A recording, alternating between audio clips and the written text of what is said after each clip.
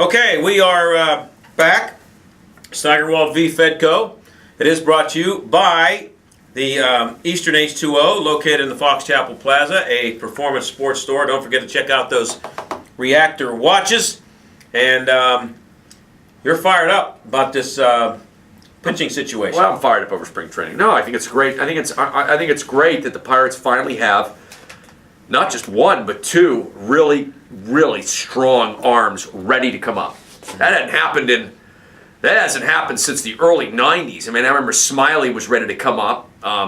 But I think both Taillon and Cole are going to be 1-2 for like the next 6 or 7 years once they bring them both up. So it's exciting. I mean, I'm fired up about it. I just wish they'd do it now. They're not. Yeah.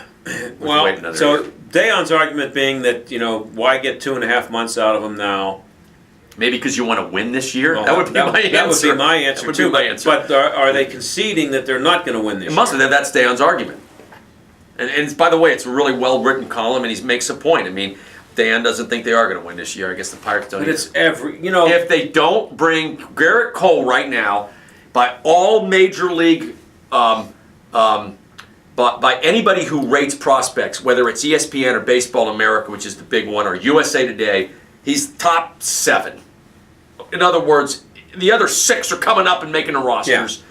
Yeah. The kid's ready. He's ready to come up and dominate. He's ready to come up and be a star. He's not even a kid anymore. What is he, 23? He's ready, okay? And if this was Tampa, Garrett Cole would have been up last year and to be in the rotation this year. Yeah. Okay? But it's not. And so they're going to wait a couple months, because what happens is if you wait till the middle of May, then you get another year of control. Before you have to, then you get 3 years before you have to go to salary arbitration, and you get 6 years before he becomes a free agent, and that's the only reason why Garrett Cole's not making the rotation. Well, if he doesn't now, maybe they change their minds here. You mentioned 91. Now it's unfortunate, but you have to go back to 92. You have to go back at least 20 years to find it the last time they won anything. So going back to 1990 it's now becoming ancient history, but it's the only reference point we have. I don't think a lot of people were expecting them to win in 1990 either, win a division championship. No, they weren't, because they were coming off a terrible year in '89. Right, that's what I mean. So, how about winning when you're not expected to win? Just because.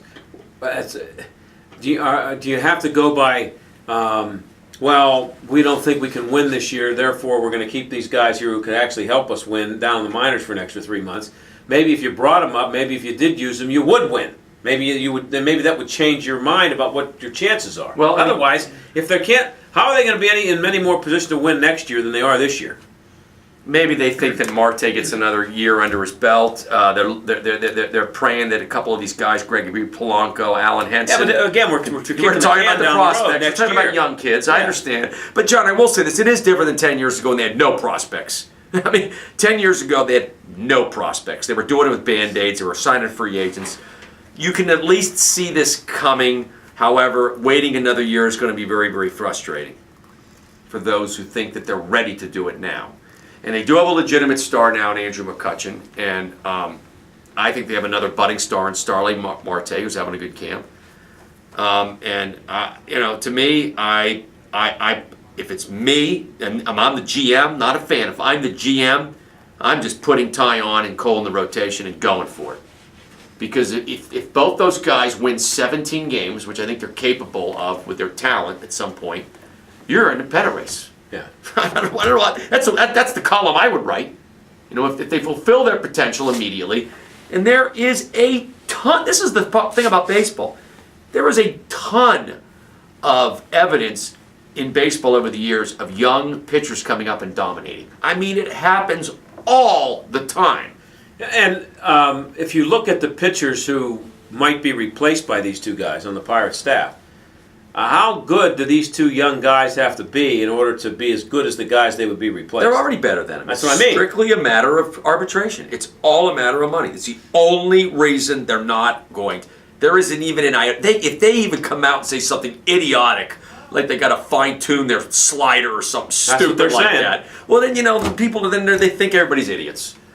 You don't ask us about it. And that's a typical baseball GM. Like, don't ask me about but even if you look at it, because I know everything. Even if you look at it from a money standpoint, do do you really have to? Do you really make decisions based on money? Do you have to do that for money in 2019? I mean, that's what we're talking Well, about. I know. So the guy's eligible for arbitration in 19 instead of 18. What? Well, the other thing.